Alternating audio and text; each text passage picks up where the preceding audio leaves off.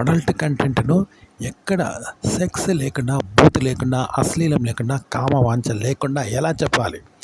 అంటే ఇప్పుడు lady doctors ఉన్నారు. లేడీ డాక్టర్స్ కూడా మగవాళ్ళ సెక్స్ గురించి, మగవాళ్ళ హస్తప్రయోగం గురించి మాట్లాడతారు. లేడీ యాంకర్ ఉంటుంది, లేడీ డాక్టర్ ఉంటారు. ఇద్దరే మాట్లాడతారు కదా! అతిగా హస్తప్రయోగం చేయడం వల్ల ఇలా జరుగుతుంది. ఫోన్ ఎక్కువ చూస్తున్నారు. ఫోన్ ఎక్కువ చూడడం వల్ల హస్తప్రయోగం అతిగా చేస్తున్నారు. పగలు రాత్రి లేకుండా ఇలా చేస్తున్నాను.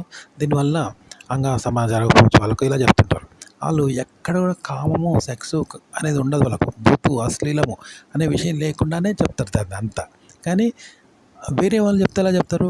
మామూలు ప్రేక్షకుడు కొందరు అడల్ట్ కంటెంట్ చేసేవాళ్ళు కామ పిశాచాలు ఉంటారు. బూతు, సెక్స్ ఫీలింగ్స్తో, అశ్లీలంతో, కామంతో చెప్తారంట. అంటే వానికి చెప్పడం అనేది ఒక ఫ్యాషన్, షోకు. కామంతో చెప్తాడు. వాడు కంటెంట్ అందివ్వాలని కాదు. కామం అనేది వాడి బుద్ధి కాబట్టి కామంతో చేస్తాడు. అంటే ఒక వ్యక్తిని, స్త్రీని సెక్స్ చేసేవాడు ఎలా చేస్తాడో ఇగో ఈ చెప్పేవాళ్ళు అలాంటి వాళ్ళు అనమాట. రేప్ చేసేవాడు, స్త్రీని అనుభవించేవాడు, అశ్లీలమైన సినిమాలు చూసేవాడు కామంతో చూస్తాడు. కామ పిశాచాలు చూస్తాడు. అశ్లీల బొమ్మలు చూసేవాళ్ళు కామంతో చూస్తారు కదా. అశ్లీలము, సెక్స్ ఫీలింగ్స్తో చూస్తారు. కానీ అవి లేకుండా వాటిని ఎవడైనా చూస్తాడా? చూడడు. చూసిన వాటికి ఆ విధంగా కనబడదు వానికి కదా. అగో అట్లనే ఇప్పుడు కామం లేకుండా చెప్పు. కోరికలు లేకుండా, కామం లేకుండా, సెక్స్ లేకుండా, బూతు లేకుండా, అశ్లీలం లేకుండా, కామ వాంఛలు లేకుండా చెప్పు. అంటే ఇప్పుడు ఒక చిన్న పిల్లాడు ఉన్నాడు. వాడు ఏం తెలుసు? 3 ఏళ్ళ పిల్లాడు, 4 ఏళ్ళ పిల్లాడికి సెక్స్ గురించి తెలుసా? అశ్లీలమైన సినిమాలో అడల్ట్ కంటెంట్ చూపెడితే వాడు కావాలని చూస్తాడా?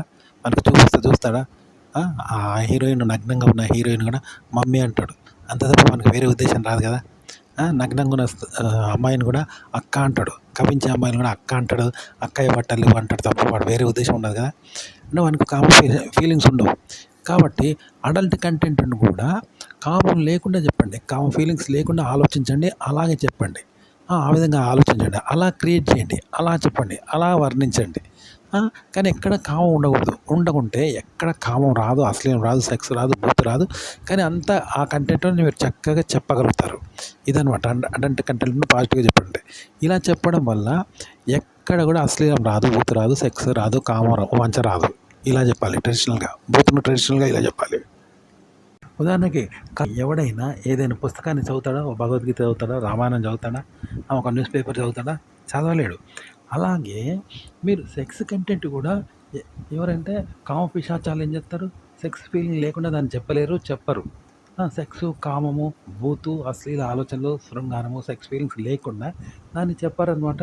చెప్పలేరు. వాళ్ళకి ఇంట్రెస్ట్ ఉండదు. సెక్స్ తోటి చెప్తారు. అంతేనా? అలా అనమాట. ఇప్పుడు సెక్స్ సినిమాలు కూడా సెక్స్ మీద ఇంట్రెస్ట్ ఉన్నాడు చూస్తాడు కానీ వింటారు కదా.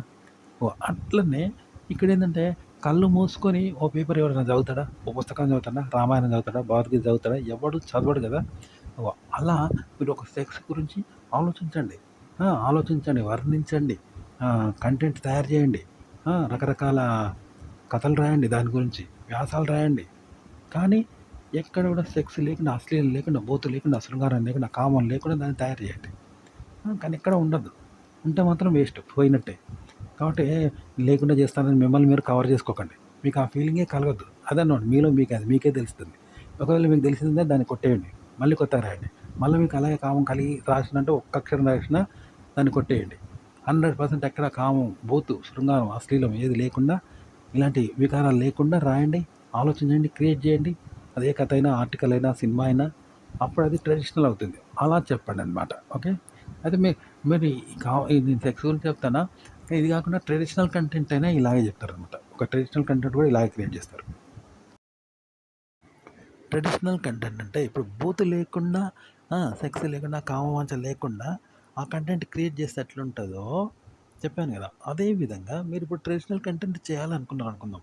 ఒక కుటుంబ కథా చిత్రాన్ని మీరు చేయాలనుకున్నారు కంటెంట్ను. అందులో కూడా ఆ ఫీలింగ్తో చేయకండి. కుటుంబ కథా చిత్రం ఫీలింగ్తో చేయకండి. అది లేకుండా చేయండి. అది ఉండి అలాగే చేయాలి. అదే అనుభవంతో, అదే అనుభూతితో, అదే ఫీలింగ్తో, అదే ఆలోచనతో చేయాల్సిన పని లేదనమాట. చెప్పాను కదా, కళ్ళు మూసుకొని ఒక బుక్ చదివితే మనం చదవగలమా? చదవలేం కదా. కానీ చదివితే అది గుడ్డిగా చదివినట్టు కదా. అలా ట్రెడిషనల్ కంటెంట్ కూడా ట్రెడిషనల్గా అదే ఫీలింగ్, అదే ఆలోచన, అదే భావాలు, అదే అనుభవంతో చెప్పొద్దు.